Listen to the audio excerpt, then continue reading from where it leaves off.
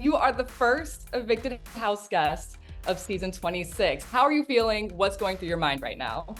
Man, so much. A lot of gratitude that I got the opportunity to play. You know, it wasn't the number one that I was going for, but I guess we'll take it, you know? By a vote of 8-3, Matt, you are evicted from the Big Brother house. Well, we do need to talk a little bit about the Angela of it all. How Yeah. you mentioned that your mom would be watching this and she did respond with what she responded.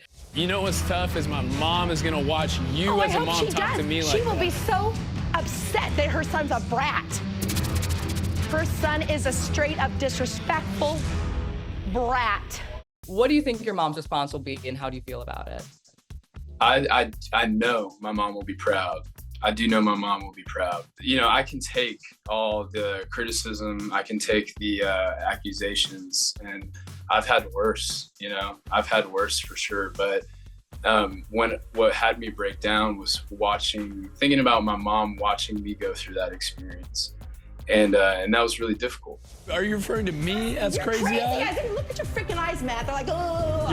You're calling me crazy eyes. I think that was what the tipping point was. I should not have gone on the show if I actually was insecure, if I was the things that Angela claimed me to be.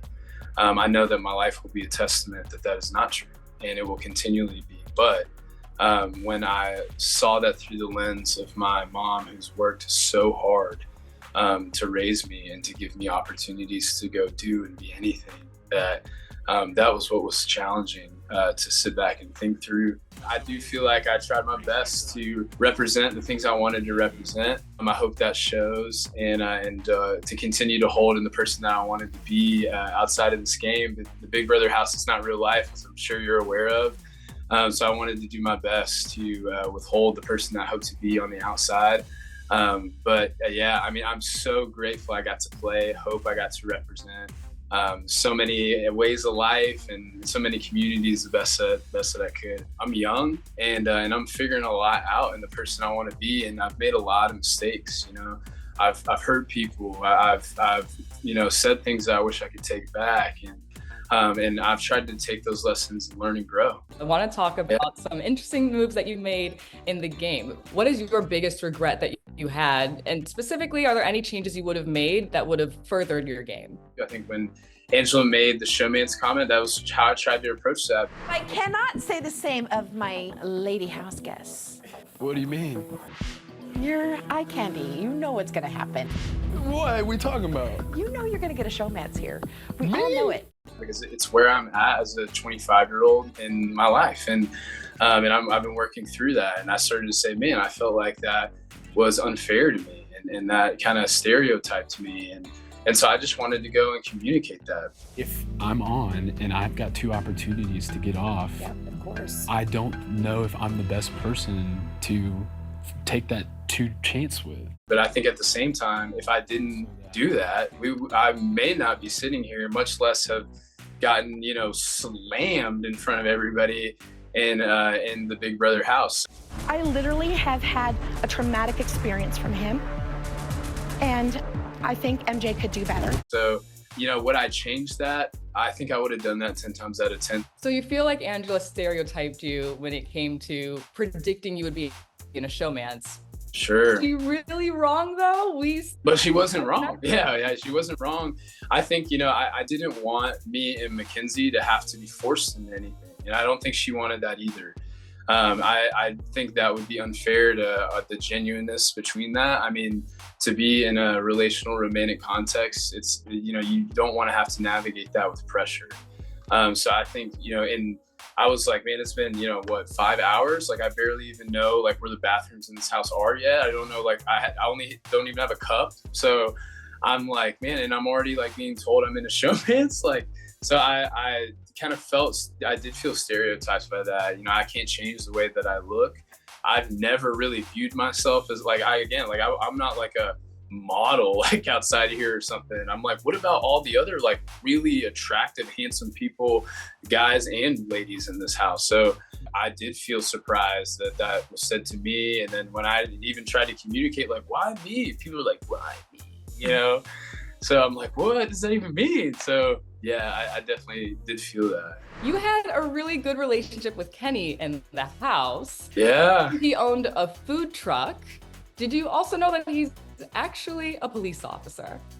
Up until like today, I did not know. I mean, I'm like, man, Kenny's gonna get outed if they're like, hey, we're gonna need you to take over dinner tonight. Like, he's gonna get outed. Literally, I was excited. I'm so glad I did not be like, Kenney, if it's you, I can't wait to eat your sausages and bratwurst, like when we get out of here, because like I don't even know if he's actually flipping them like that. So man, and then even like on the back end to know that we had a lot of that commonality because my dad was a police officer, you never know. So at least what the unknown in one little piece, helped me. But what a surprise. Kenney looks like a cop, like he does. I knew that if I went out, I didn't want it to be because people did not like having me around. Like, I think for the most part, like I'm excited to hang out with everybody after.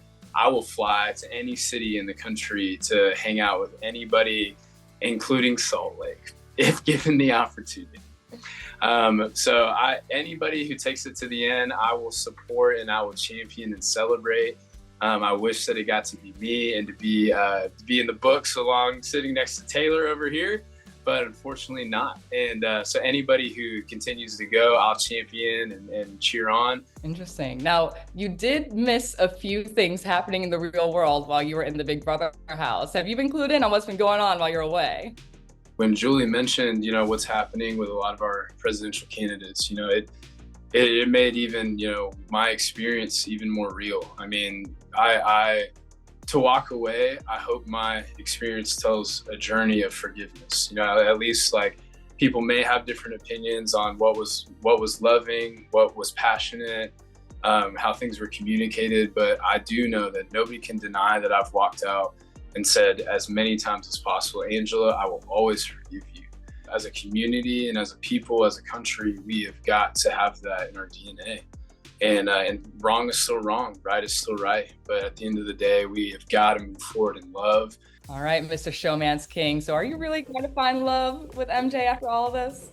I think that, I don't think our story's over. I said that. And I think when she gets out, I'll find her. We'll continue to navigate where we left off. It was hard, even falling asleep last night. I've slept next to her for the last 10 days, and not slept much. I hope she's going to continually be okay. I hope she uses her power upgrade to her advantage. I never would have asked her to use that on me. I had multiple opportunities to make something happen for me and did not capitalize on those, and I can rest assured with that. But when she gets out of here, I'm excited to reconnect with her 100%.